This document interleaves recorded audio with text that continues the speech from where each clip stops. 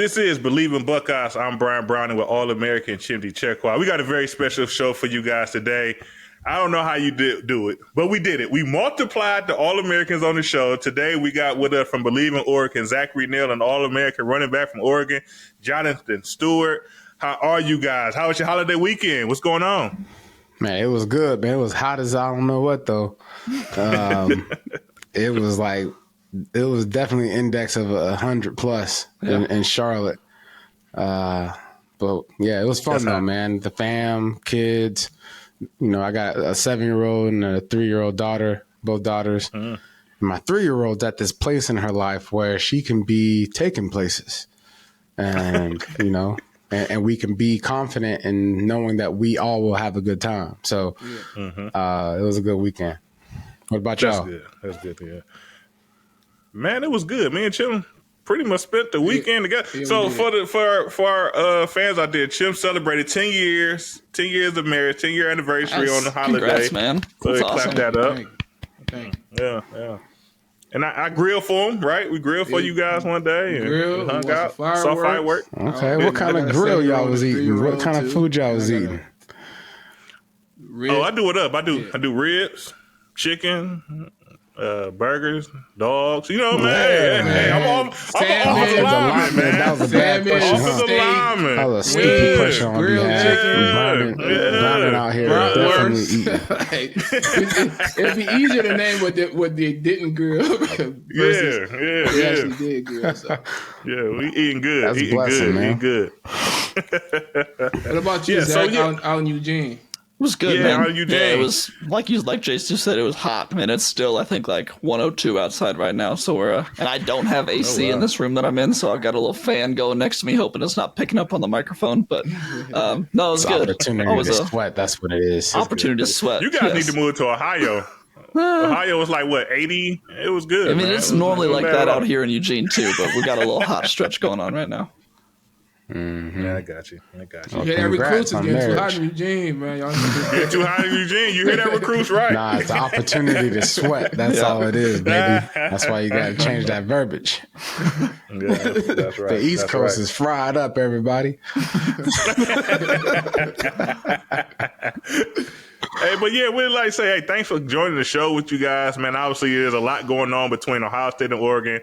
A lot going on, a lot of new things for you guys, right? First off, you guys are joining the Big Ten. This will be your first year, ends the Big Ten. How's Oregon Nation taking that? Are you guys excited, or do you already miss the Pac-10 or Pac-12 rather, and playing and living out there on the West Coast? I think there's a little bit of both, honestly. I mean, there's some nostalgia.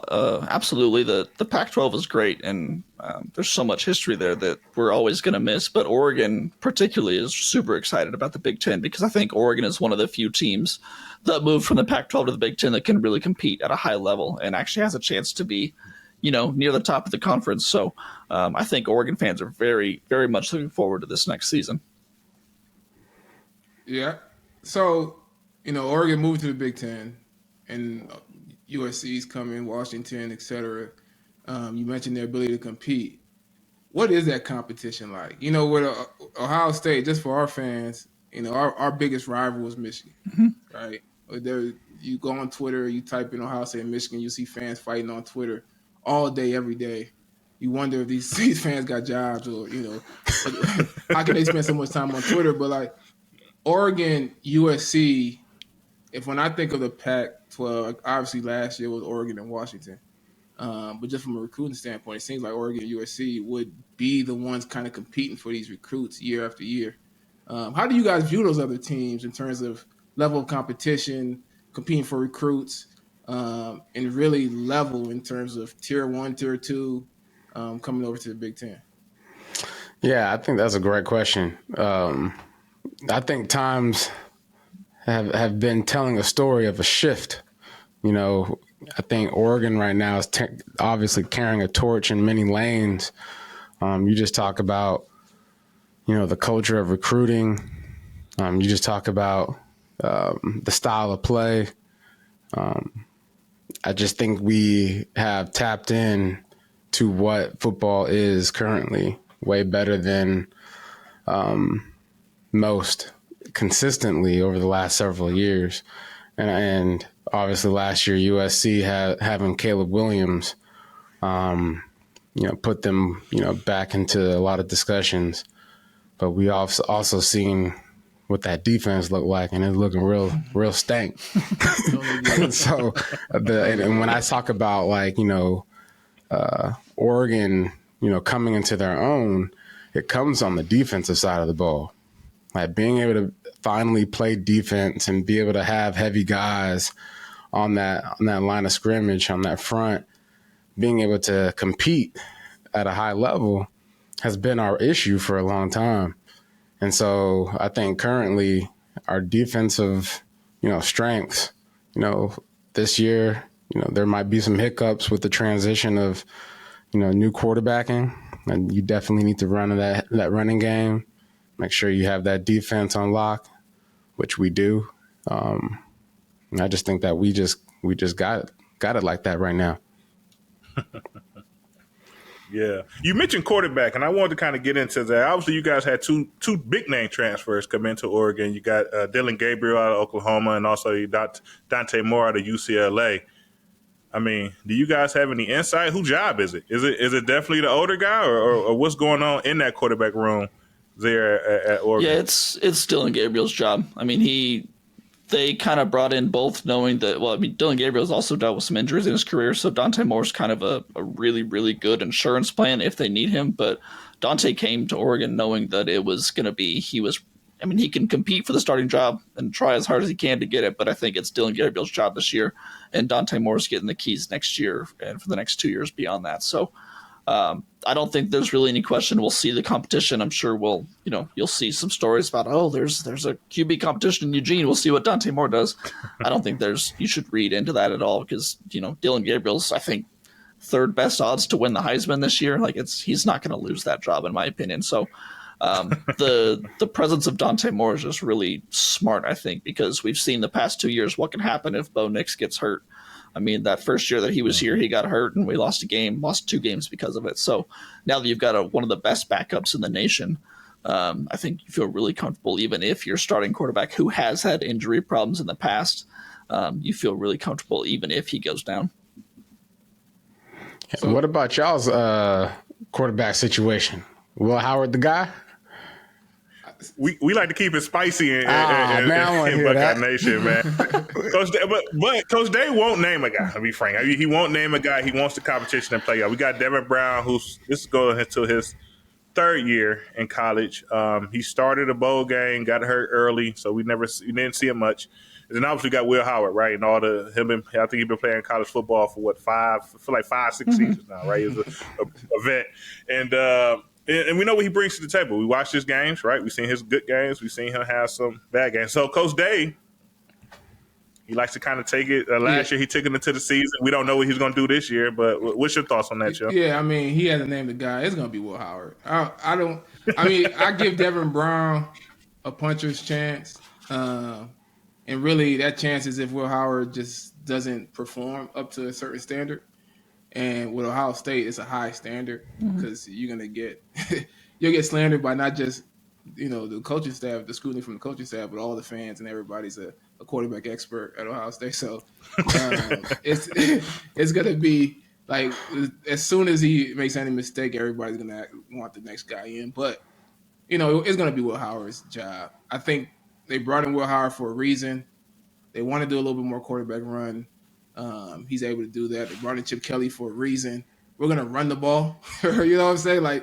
We expect that we're going to run the ball and have a veteran guy, to make good decisions with the ball. We're not expecting Will Howard to be Justin Fields or C.J. Stroud, but hopefully be able to manage that offense in a way that keeps the ball moving. Ohio State, we have a lot of talent, and I think I'm in the Ohio State silo, right? I watch practices, I watch film and all these games. But in terms of talent, I think Ohio State has, if I compare them across the nation, they got to be top 3 in terms of just talent. But at the same time, I've been peeking over at Oregon's talent, right? In terms of, what's coming back from that last year, what's coming in the transfer portal, and what's coming in recruiting. And I'm interested. The thing is, it seems like every time I turn around, Oregon has another like big time either transfer or recruit coming in. And I just want to hear from y'all in terms of, how do you feel Oregon has done this offseason? So beginning with the transfer portal and then really just from the recruiting. They seem to be elite across the board.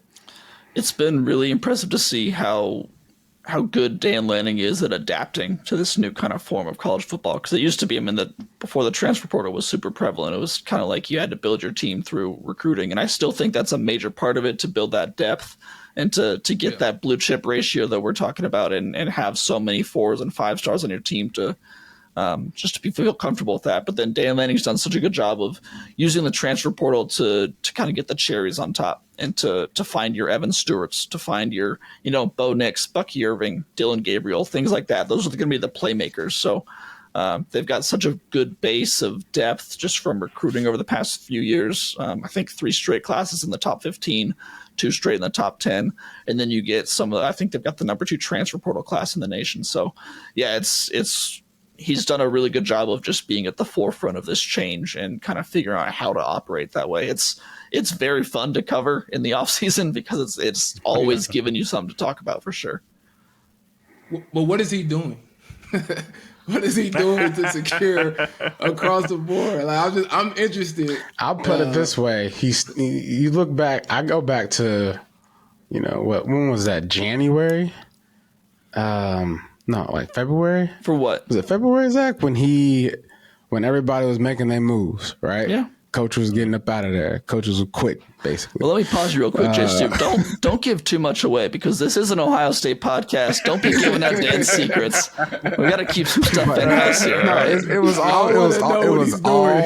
was all seen, and he stayed. He simply stayed. That was January. And so he stayed, and it basically sounds off the noise that I got some business to take care of. And if I'm going to do that, this is where it needs to be done. What better opportunity? You know what I'm saying? You're already going to be talked about through the lens of the Big Ten, the newbies coming to the Big Ten. And you just coming off of a solid year. You know what I'm saying? And that was your second year playing or coaching. So you got to be excited about what's ahead. You go somewhere else, you're not going to have that type of opportunity, right? And so if I'm a player, I'm trying to follow that energy. I want to be on that side. I want to be on the coach that really has a plan in place, to be on national stage. Because if I want to get to the league, guess where I want to be? On a national stage. So it ain't rocket science, is what I'm really saying. Yeah, so for Buckeye Nation, so if you haven't been keeping up with things, it was rumored that once Nick Saban retired from Alabama, that they really wanted Dan Lanning to take that job. And it was, they started talking about numbers, you started talking about SEC and the money and the nation, what they could do, right, for a coach like Dan Lanning, young in his career. And he stayed the ship, right? He stuck with Oregon. And now he's there, obviously successful last year, and now we are looking for his future.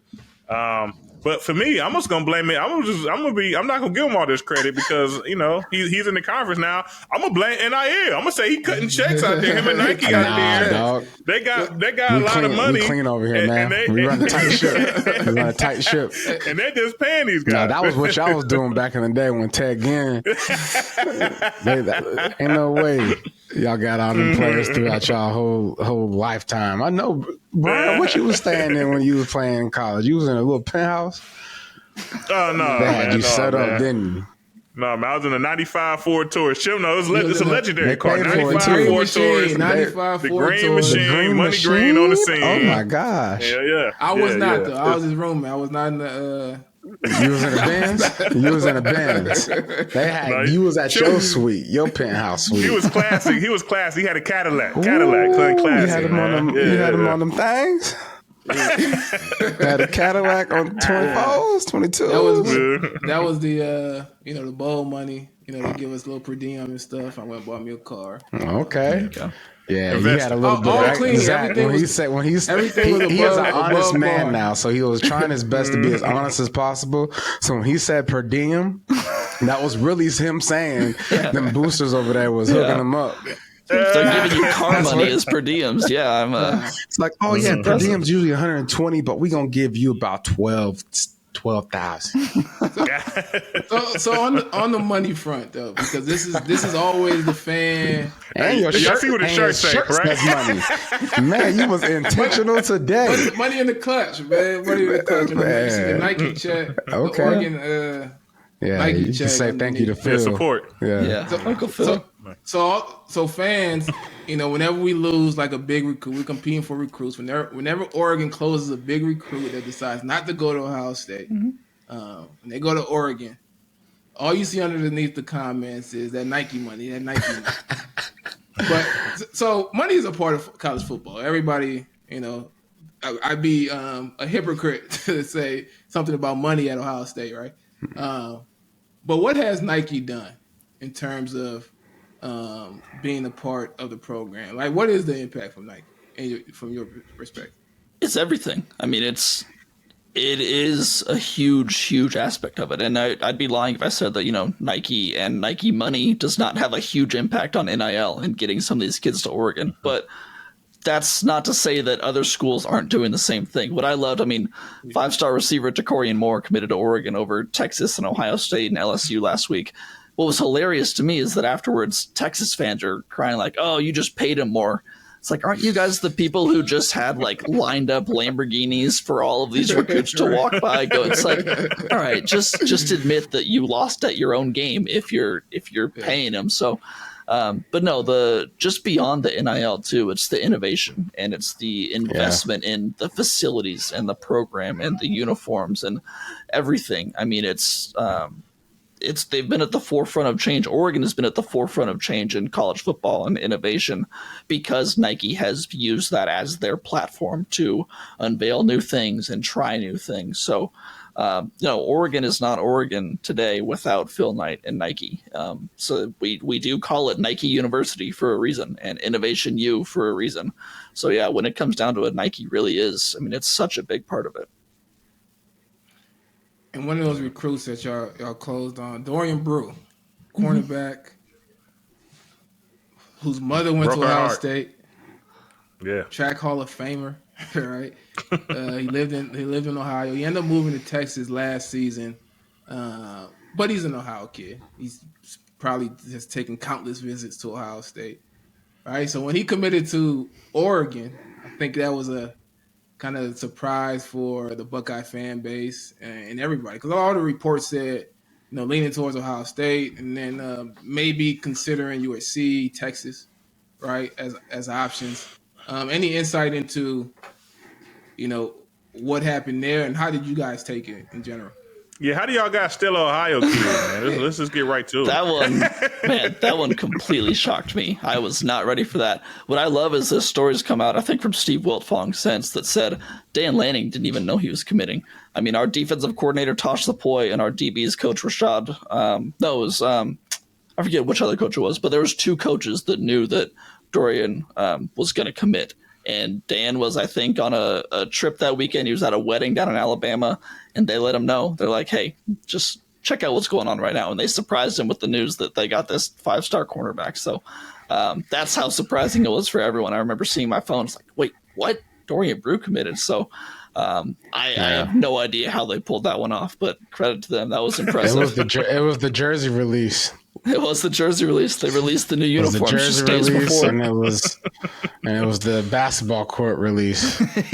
That's it. Yeah. So it goes back to the innovation, man. That's why he probably got up out of Ohio, because not too much innovation going on over there. And sometimes you need a little motivation for some innovation. Yeah. Nah, I just be messing with y'all, man. No, but that's, we know Dorian was a part. He came on our show one time. He's a great kid, fantastic kid. And like he said, most guys, they go where they go. I'm not a big, follow the recruits and mad if we don't get a certain guy. But that one stung a little bit.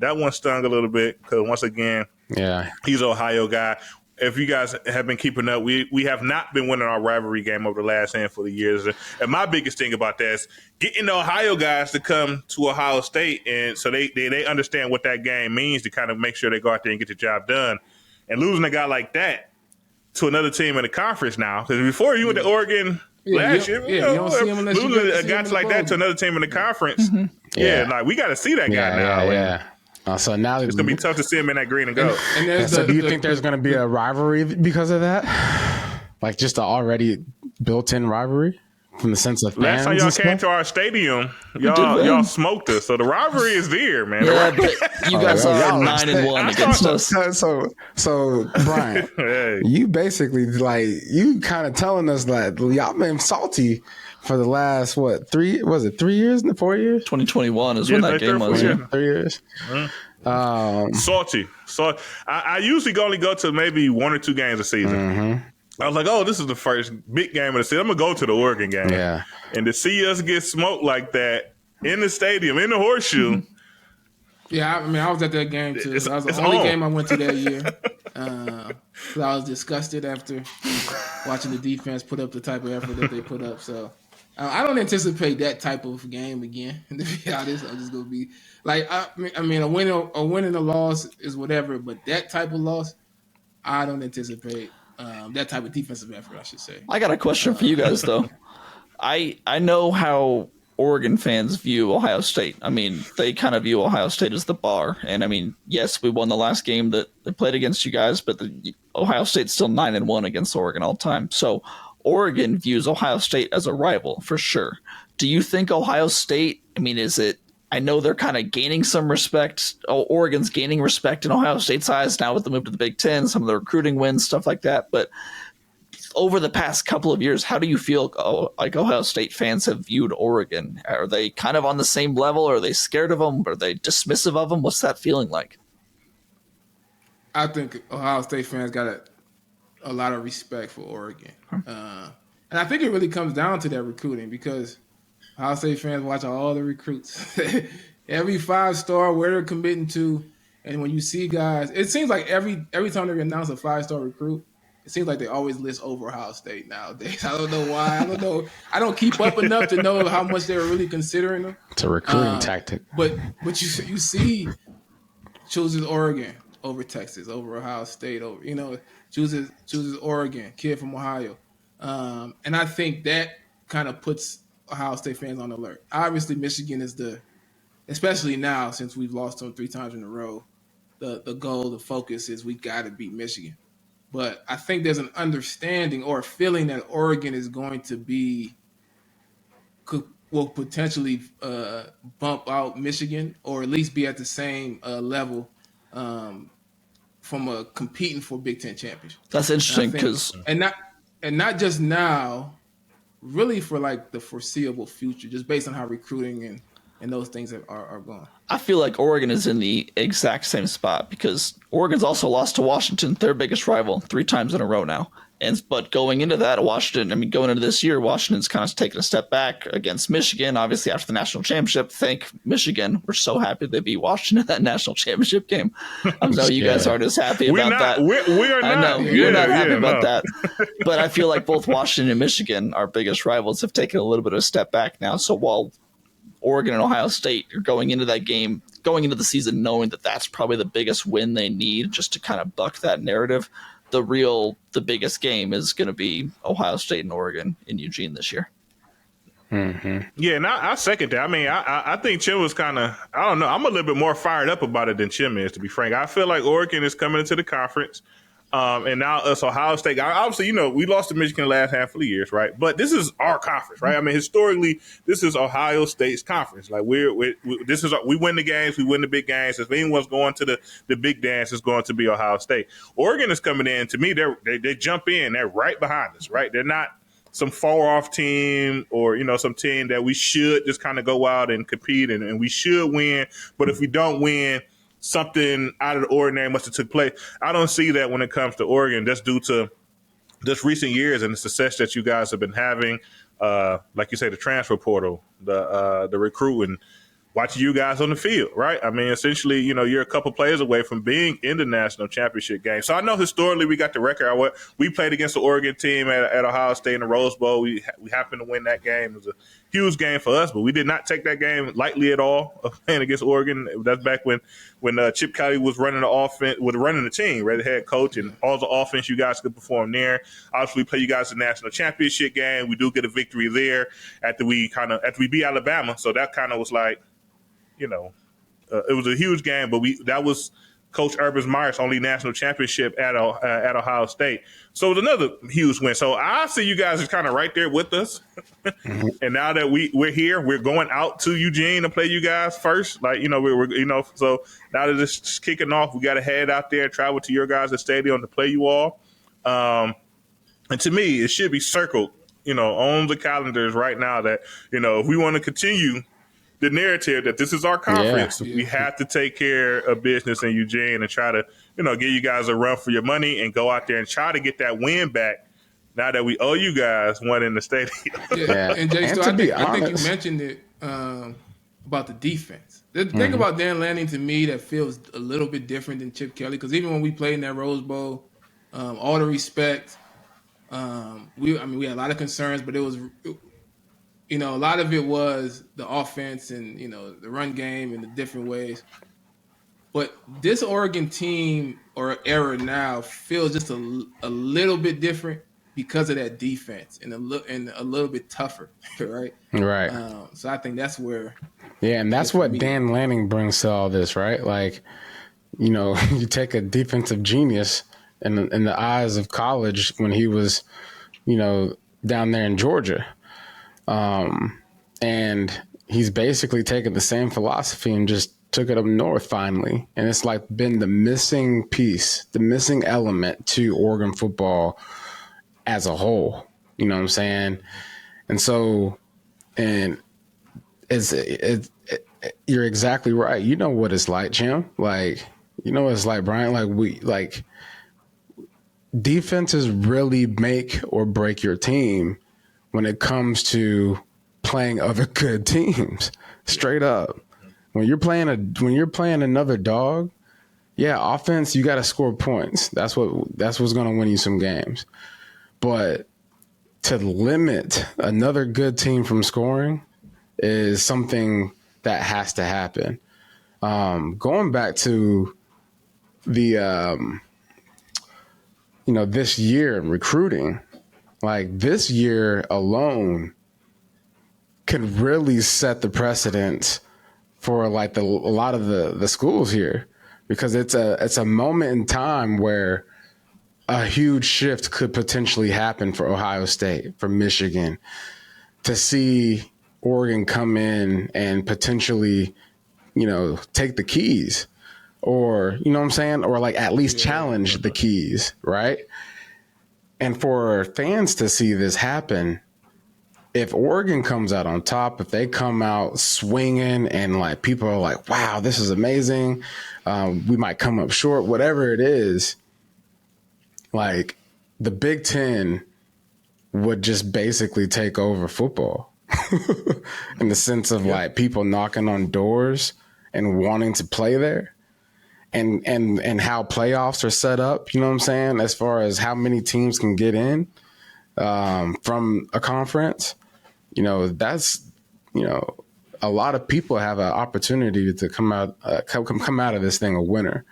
If you're a legacy, fan for some of these colleges, Iowa, teams that we don't really know about because we ain't been watching Big Ten football. But Zach, you were saying last week, I forgot what team you said, Indiana? What did you say? Yeah, Indiana. Yeah, you're like, watch out for Indiana. Well, let's be careful. I did not say watch out for Indiana. But like in my mind, it makes sense though. Like eventually you might have to say that. They do have a new head coach that could be good in the next few years. That's what I say. But yeah, so it's just an awesome time to be a fan of, Big Ten now. Oregon fans should be super excited. And Ohio State, man, it's actually like when I think of football, I think about schools like y'all. It's just from me growing up, right? Like Eddie George, just guys that were so dominant for so long in such a short period of time, but like through the consistency in college like that, it was always Ohio State, Michigan, those Big Ten schools, Nebraska. I'm thinking about Ron Dang. I'm listing out these running backs because that's really kind of what you think about when it comes to football. It's smash mouth, hit them in the mouth, and play defense. So exciting times. Yeah. So, you mentioned the Big Ten SEC, and I think Saban leaving Alabama really kind of took a notch out of the SEC belt. They got DeBoer from Washington. I think he's done a good job of salvaging what they had and getting some recruits, etc. But it just seems like the Saban leaving Alabama led to Ohio State getting a bunch of talent. And then Ohio State getting the recruits out of Alabama, they getting the Alabama players. Caleb Downs. Caleb Downs might play running back, they said. And we got 2 recruits out of Alabama, and then now Ohio State's roster is stacked, from recruits, transfers, that some guys you thought we were going to get end up going other places. And I always assumed, the Saban leaving was going to benefit Georgia, was going to benefit Texas. But it seems like Oregon is cashing in, Ohio State is cashing in. And like you mentioned, if Oregon is at the top, Ohio State's at the top, Michigan's still there. I don't know what happens with Washington and USC. Nothing. Yeah, nothing. But, just the SEC, it's still going to be a really good conference, obviously, Georgia, LSU. But it's not the same. But it's just not the same. It's really not the same. My question is, Dan Lanning is a top what coach in the Big Ten and in college football, in your opinion? Numero uno. Just two and I have different answers. He's number one. If you, in all seriousness, you look at the impact of a coach. A lot of people will say, oh, he came in and he had people there already. But if you look at the defensive side of the ball, like I've been trying to tell y'all, this man came in here and literally reshaped and reformed our defense and made it something exciting to watch. You know what I'm saying?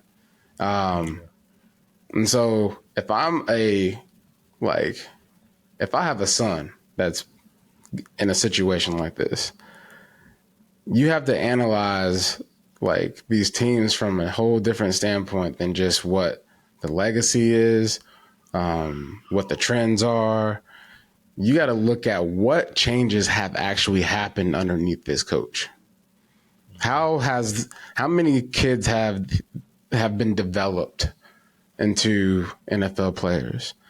How do they win their games? You know what I'm saying? Because if I have a son that's going to play on defense, I got to make sure he's going to the right coach. You know what I'm saying? These are important years for kids to develop.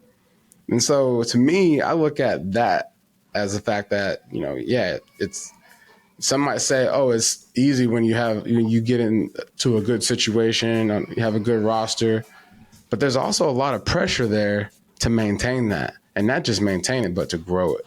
So yeah, that's my case. Where I would differ, I think that 3 to 5 years from now, Dan Lanning can absolutely be that number one coach in the nation. Right now, I would probably put him top 10, maybe top 5 if you're feeling really ambitious, but I don't disagree with anything that Jay Stu said, but he just needs to prove it on the field.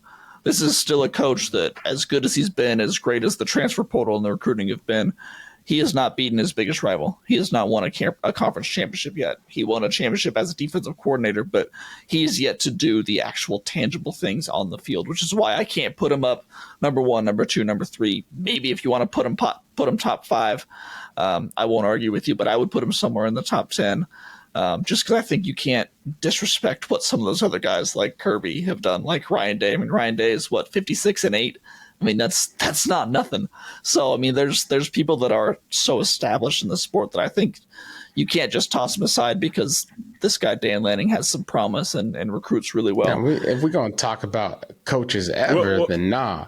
But what have you done for me lately is what I be doing and is what this game is really about. And, you know, Clemson, yeah, that's great. You've been doing a good job over there. But lately, it ain't been working out. You know what I'm saying? And coaching changes, players change. There's so many things that you have to stay attuned to. That's part of the talent of coaching. Like being able to tap in with these young guys. You know, I feel like college is changing way more than NFL.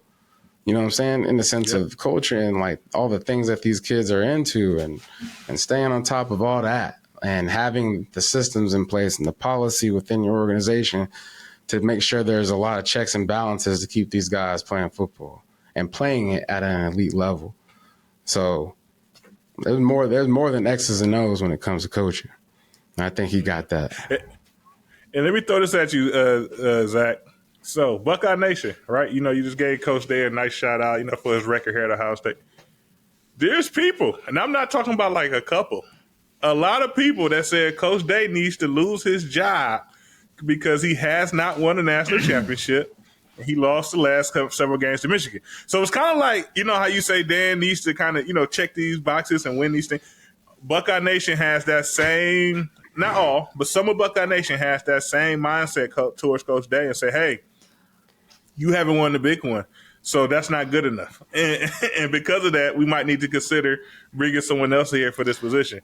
And it's about 50% of Buckeye Nation. Yeah, that's his ball. That Ryan Day is on the hot seat. Well, this year. And what you need to say to them is, what are you going to do that's better? I mean, you get Ryan Day out of here. Who are you bringing in that's better? Like, yeah, and what I'm talking about Dan Lanning with that, I think he needs to win those games. That's a great answer. But it's not like he's going to be on the hot seat if he doesn't, you know, win a national championship in the next 2 years. He's still one of the best coaches. Ryan Day, I mean, for anyone who thinks that he should be fired or anything with a, you know, 56-8 record and just all the successes he's had, it's like, all right, man, have fun in the coaching interview rooms and trying to find someone who's going to do better than that. Like, yes, it's a game with an oblong ball that bounces different ways every time. Sometimes it's not going to bounce your way. That doesn't mean you change things. You keep going at it. You got a system that's proven to work.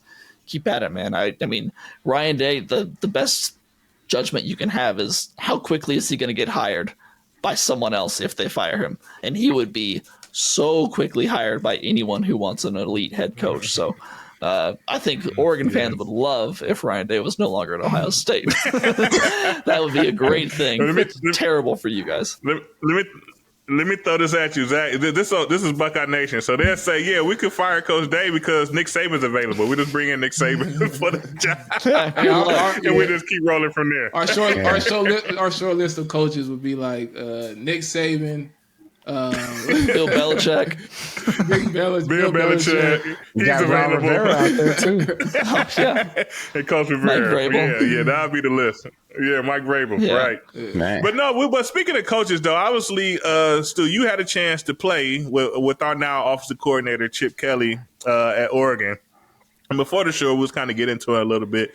But on the show, let's put it out there how you could say he came in, I Bleav, as your offensive coordinator for a season. How did he change the trajectory of your career, him stepping into that role and really getting into running that ball at Oregon? Yeah, man. Decisiveness.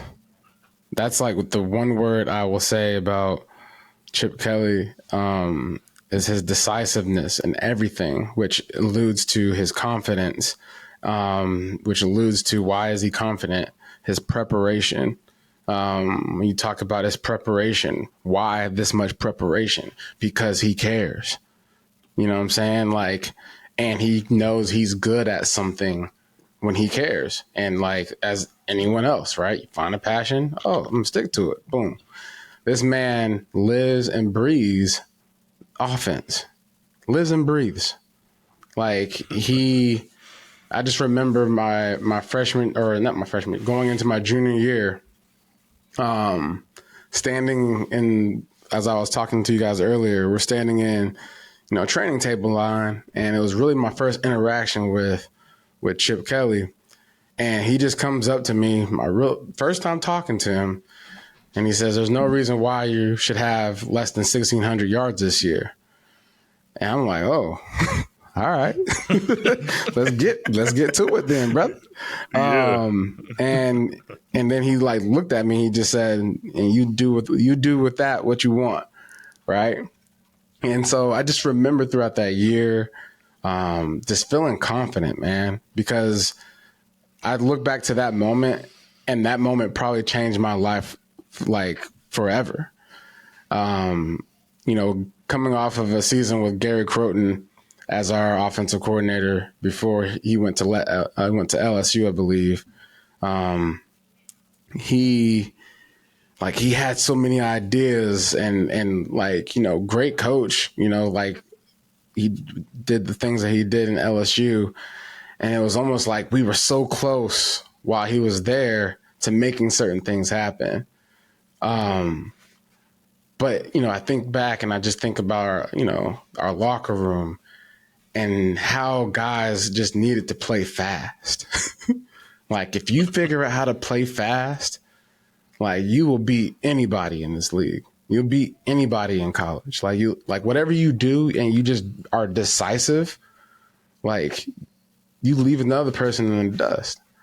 And so for me, he got me to play fast, got me to think fast, got me to be confident in what I see. Coach Campbell that year came up with a plan of us sitting in dark rooms, following lasers on the wall just to be able to react quick and to hit those split second back cuts or whatever. But just a man that really knows the game, but just eludes. Like, hey, you better get your butt up. We're running. Next play, get up. We're running. Next play, get up. Our conditioning changed. Like, I just remember, like, Coach Rad, one summer, we were just on the field, just going back and forth, touching lines. And it was basically getting us conditioned to have that, that tempoed offense. And, our defense loved us. Right, Chim? Would you like that? If we just went down and scored real quick? Yeah. I remember playing Oregon and being so tired. Like, just dying on the field, and then LeGarrette Blount fumbles, and I'm like, I get a break.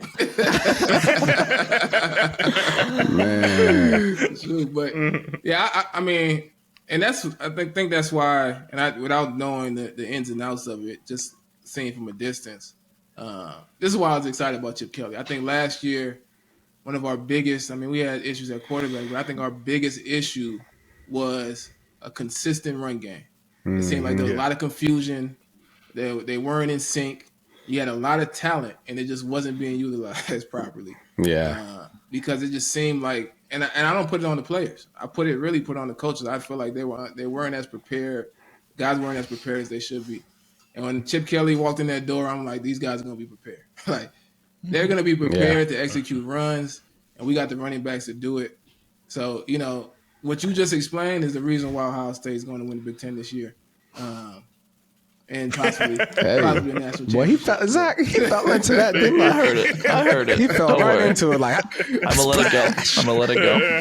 Nah, we like that, though, man. Like, you got the little locker room chatter won't hurt. Can I get my 2 cents on Chip? What's interesting to me is, it feels like, this whole podcast, there's kind of been an arms race between Ohio State and Oregon this year. Like, oh, you guys get Caleb Downs. We got Evan Stewart. You guys got Will Howard. We got Dylan Gabriel. It's kind of like, all right, who can level up the most of the transfer portal? I think the biggest addition was by far Chip Kelly as offensive coordinator, because, I feel like his stock is kind of low right now as a head coach, because he didn't, ever since Oregon, he's kind of been, this feels like a harsh way to say it, but failing where he went. He didn't succeed with the Eagles. He didn't succeed with the 49ers. Yeah. Didn't really succeed to his standard with UCLA. Now he's somewhere at Ohio State, and he kind of feels like he just said, you know what? I'm done being the head coach. Let me focus on just offense. I'm not recruiting like I had to at UCLA anymore. He's still gonna recruit. He's still gonna get the players he needs, but that's not his main focus. Now he's just saying, all right, give me my X's and O's, give me a clipboard, let me coach this offense. And that's the scariest thought of all, because when you get him, that offensive mind, that offensive genius, just focusing on X's and O's, it's like, okay. He might come up with something completely different. I think that when the news, what is this? Yeah, when the news came out that Chip Kelly was going to Ohio State and taking that step back at Ohio State, at the offensive coordinator, Oregon fans were like, oh, okay, this is because Oregon fans know as well as anyone that this man is an offensive genius. So it's they're gonna have all kind of crazy formations. It has me nervous, and Oregon fans nervous for gonna sure. be on the numbers, boy. But no, I gotta say this, because if not, I feel like I'd be a tad bit of a hypocrite. Now, when Coach Kelly was first announced as the head offensive coordinator, I was a little bit leery. I didn't know how to feel about it, and I'm just kind of taking it back to his Oregon days. I remember watching his film, and I remember one year we was getting ready to play USC. And we was watching Oregon film. And like you say, Stu, you guys was playing fast, right? Playing really fast. And I just remember watching the offensive line. It's kind of like, they was doing things, but it was like I couldn't quite understand like the exact scheme of the blocking scheme. It's just like, it's kind of like they running a guy here, they run a guy here, then the running back hit in the middle, and he just take it to the house. And I was like, it's kind of confusing. But I had to kind of take a step back and just kind of look at UCLA, how he kind of transformed once he kind of went to UCLA, and how well they ran the ball. And we know UCLA, when it comes to talent, they're just not there with everyone else, right? But he was able to get the job there. Yeah. So, man, like I said, so excited about it. Excited about it. And, I don't know. I'm back now? Yeah, you're back. You cut off like Forrest Gump. I'm back now.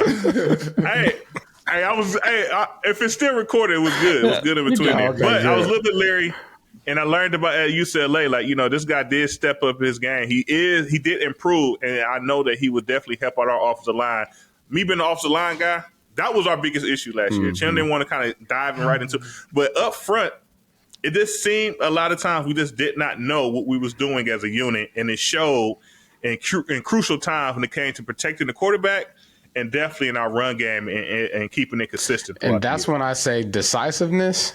That's what he's going to bring to the table. I mean, you can.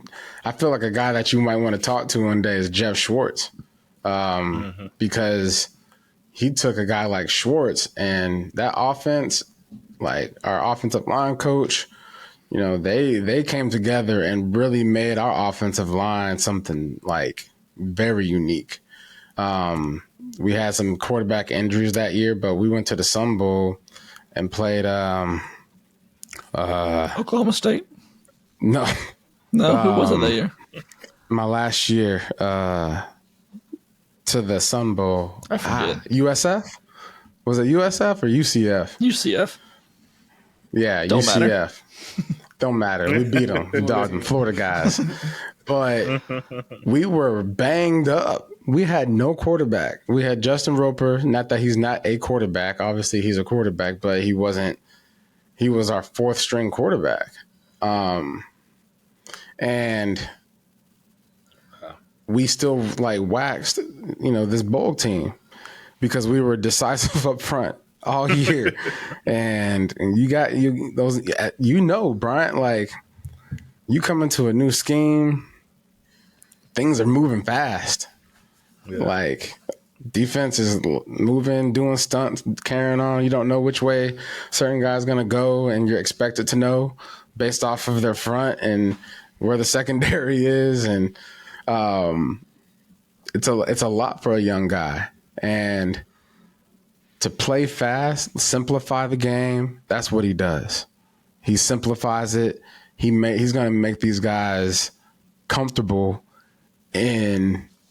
And it's going to seem a little odd, but when you play fast, you get comfortable knowing what you're supposed to do. Because if not, you're going to be lost. They're going to find you, and you ain't going to be playing. Yeah. I guess that's good. The last thing, just to we have a rival that we like to pick at a little bit. Well, how do Oregon fans, Oregon Nation, Oregon world, how do you guys view Michigan? Obviously, they're coming off a national championship, and really good years. and we lost them 3 years in a row. So yeah, we treat Michigan like a little stepbrother. Jay Stu's got good memories of Michigan. Jay Stu said that was the quietest he ever heard the big house, ever heard 100,000 people. You got a little brother, right? We try you all the time. You get in trouble every time you hit him back. But when you get him in a closed room, he's like, all right, you keep hitting me. Right. Bop. Right? That's what we did in Michigan. Little brother, little stepbrother. Nah, but, it's a shame because they've been riding. They've been riding the wave. I think that wave's coming to a stop. Yeah. And like I said, this year, the whole transition, they might get lost in the sauce, in my opinion. Because I don't want to knock UW out of it, because we don't really know what they are going to be.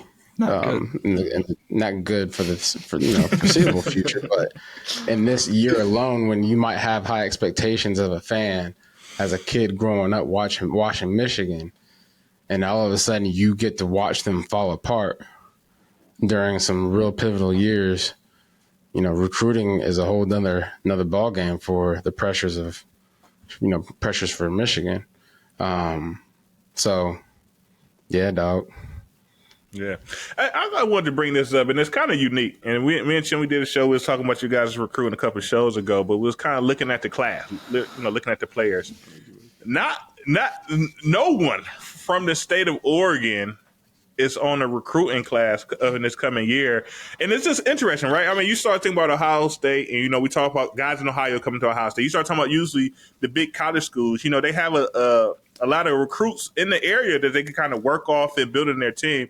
It's sort of unique that Oregon is not a state where, high school football is really, I guess, really to that level where the main school in the state are recruiting guys from there. I mean, do you guys have a thought on that? I know you played your high school ball up in Washington, so that's in the area, but still not, in the state of Oregon. Yeah, man, look, we ain't got a lot of it's okay, Bryant. You being so respectful. You being so kind. We can say it. You need good players to win. You need good players to win football games. And, you ain't gonna find your 5-star recruits out there every year.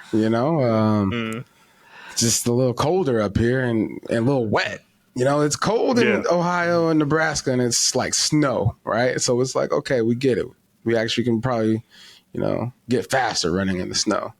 But running in the rain, like that just doesn't happen. That doesn't happen well, especially when it's on wet grass, muddy grass every day.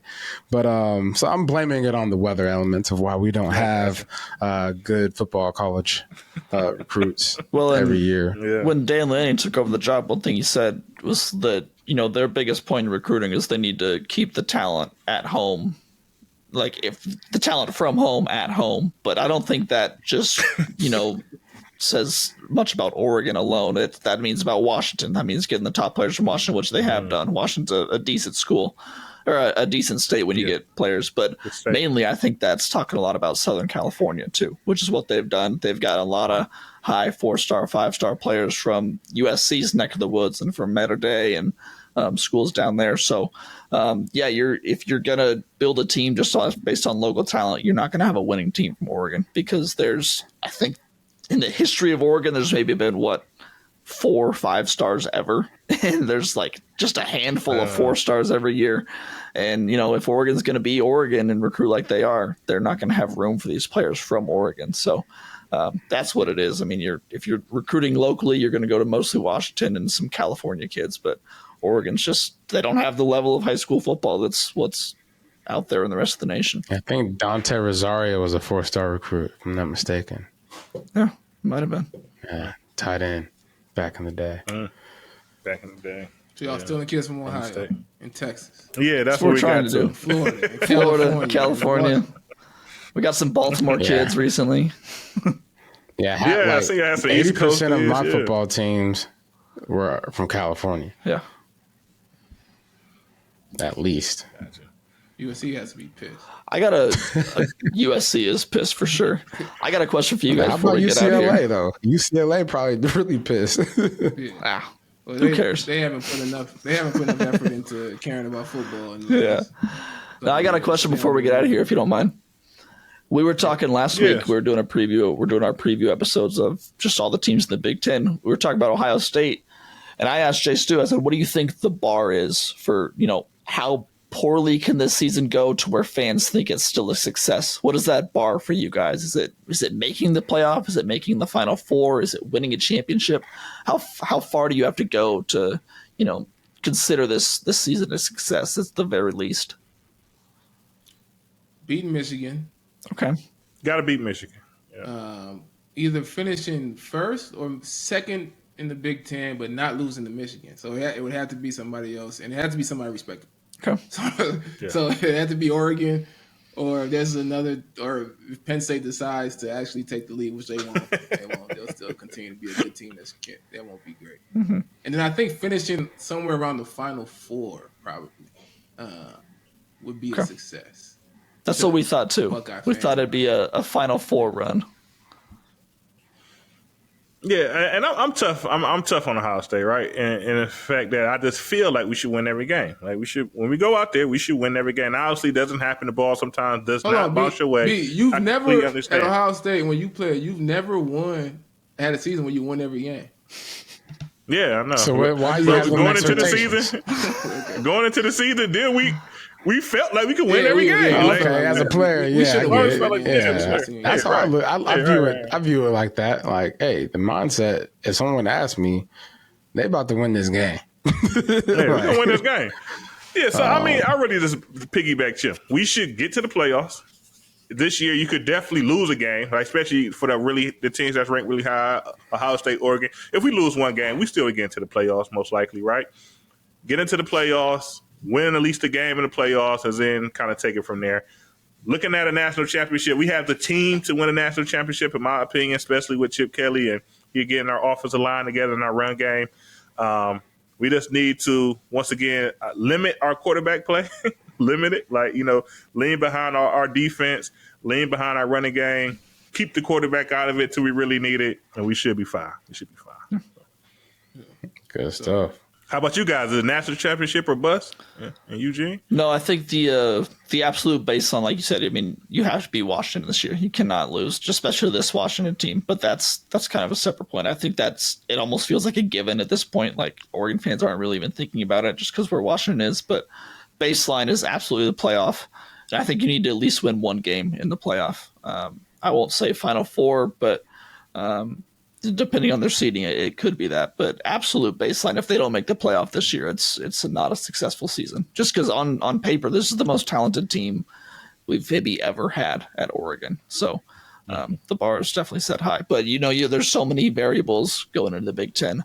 Travel, right. new opponents, going into Wisconsin in late November, stuff like that. So, but I think regardless, the playoff is the bar.